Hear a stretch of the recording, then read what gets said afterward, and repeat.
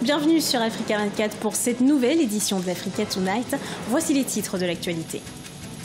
Aux Comores, la présidence tournante a été au centre des discussions des Assises nationales du 8 février 2018. La réforme de ce système entraînerait de nombreux changements clés. Au Sénégal, une application web va faciliter le paiement des impôts. Les usagers ne seront plus obligés de se déplacer dans un centre des services fiscaux. Et puis au Cameroun, Loco sort son premier album, The Bridge. Cet album très attendu est officiellement dans les bacs.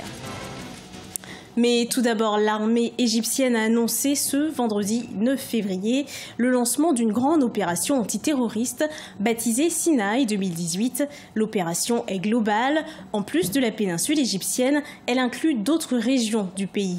Rappelons que le président égyptien Abdel Fattah el-Sisi avait ordonné à l'armée et à la police en novembre 2017 de restaurer la sécurité dans le Nord Sinaï dans un délai de 3 mois. Depuis 2013, la région est le théâtre d'un conflit entre les extrémistes musulmans qui ont fait allégeance à l'État islamique et les forces de sécurité. La présidence tournante pourrait être réformée aux Comores. L'un des points les plus attendus des Assises nationales aux Comores a été discuté le 8 février 2018 en présence du président Azali Assoumani.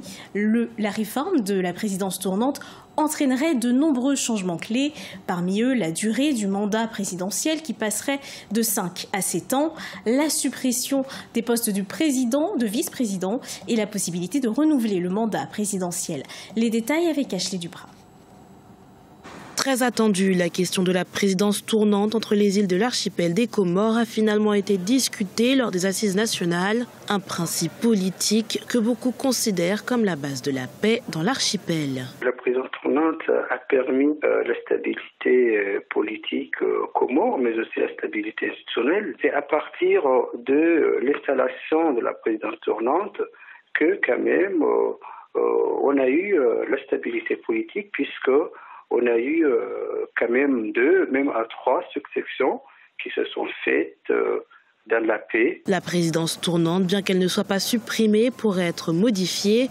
Une modification qui sera accompagnée de réformes constitutionnelles. D'un quinquennat, le mandat présidentiel pourrait passer à un septennat. Et principale nouveauté des possibles réformes actuellement discutées à Moroni, le mandat renouvelable. Ainsi, le président pourrait rester 14 ans au pouvoir des Comores au lieu des 5 précédemment instaurés. Des changements certes, mais qui ne changent pas, selon certains observateurs, le problème fondamental que ce mode de gouvernance soulève. Je sais juste qu'il faudrait sortir de cette notion d'opposer en tout cas des populations, que ce soit des archipels ou pas, ou que ce soit dans une entité fermée. Il faudrait quitter ce prisme en tout cas de régionalisation, d'ethnisation et autres. Et il faudrait aussi, je crois qu'il faudrait s'appuyer sur le substrat culturel, en tout cas, de chaque pays. Également discuté, la suppression de la Cour constitutionnelle au profit du renforcement des pouvoirs de la Cour suprême. Autant de prérogatives qui actuellement ne restent au stade de recommandation et encore moins d'amendement de la Constitution.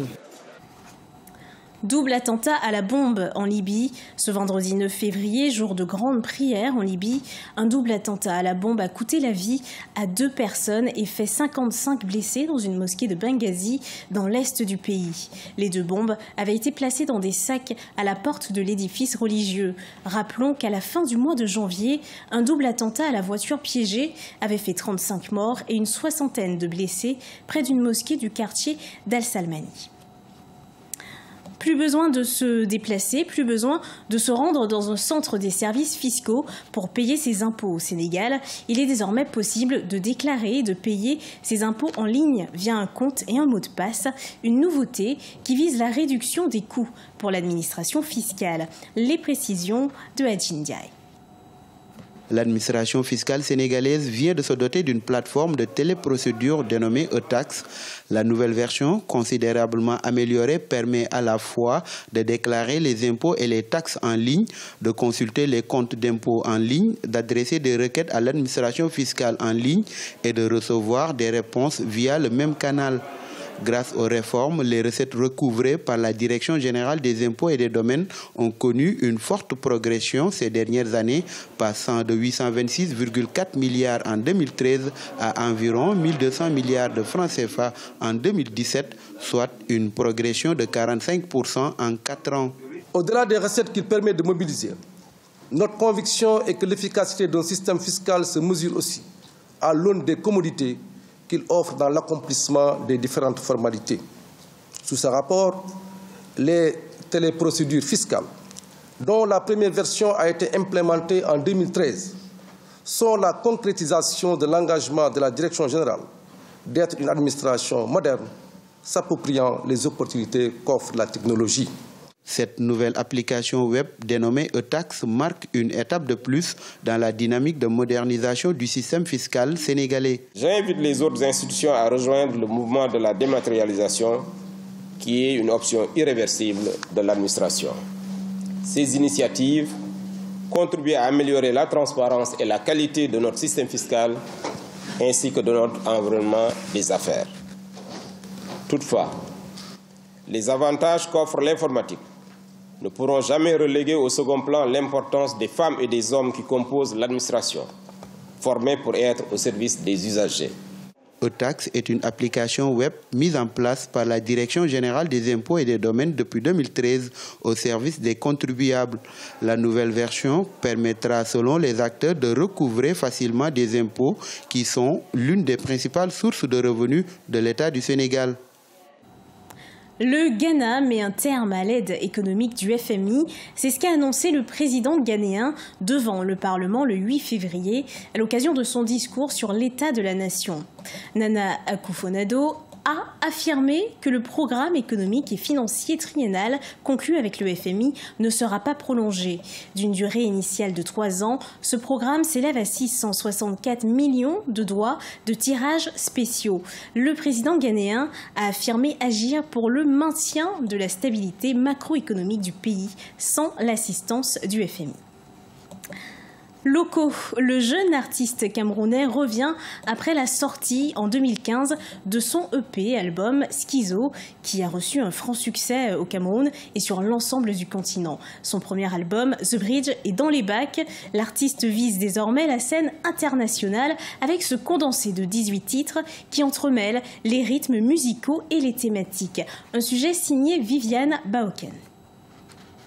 C'est en 2015 que le jeune artiste camerounais Arthur Loko, 25 ans, se révèle au grand public avec son EP album baptisé Schizo. Après le succès qu'a connu ce projet, celui qui marque aujourd'hui la nouvelle génération de la musique urbaine au Cameroun a décidé d'aller plus loin. Aujourd'hui, The Bright, son premier album, est son nouveau pont musical au travers duquel il entend se propulser sur la scène internationale tout en positionnant sa culture maternelle. J'aime la soul, j'aime le jazz, ça c'est mon papa qui m'a transmis ça. Plus petit, c'est ça qu'on écoutait tout le temps. Et en grandissant, je suis tombé amoureux des rythmes de chez moi, le makouné, le makossa, les sewe. Justement, tu as dû le remarquer. Aujourd'hui, il est important pour moi d'avoir une place dans le monde. Je n'ai plus envie d'être simplement un chanteur, d'être juste quelqu'un qui, entre guillemets, aura une belle voix ou bien une belle plume. Je veux être celui-là qui va prendre la culture de chez moi et qui va la présenter au monde. Parce que ce n'est que comme ça que je réussirai à avoir une place unique dans ce monde. Au-delà de ses compositions à succès telles que Supporter, Je serai là et danse avec moi, l'album The Bright offre également plusieurs autres délices écrits et composés par Loko. 18 titres au total sur lesquels ce chanteur à la voix puissante et son équipe de production mise pour conquérir la scène musicale internationale. Bridge sera le premier album camerounais qui sera positionné en grand placement sur les grosses playlists européennes, notamment sur Spotify, Apple Music, Deezer. Donc c'est une première, c'est une fierté pour le Cameroun et pour l'Afrique centrale en général d'avoir cet album-là qui est positionné de cette façon-là. Toujours dans le cadre de son projet musical The Bright, l'artiste entend organiser une grande tournée régionale dans le pays baptisée The Bright Release. L'objectif est donc de promouvoir la musique urbaine au travers de ses compositions qui inspirent de plus en plus les jeunes Camerounais. C'était le journal de la rédaction. Merci de votre fidélité. Dans un instant, une nouvelle édition de l'actualité sur Africa 24.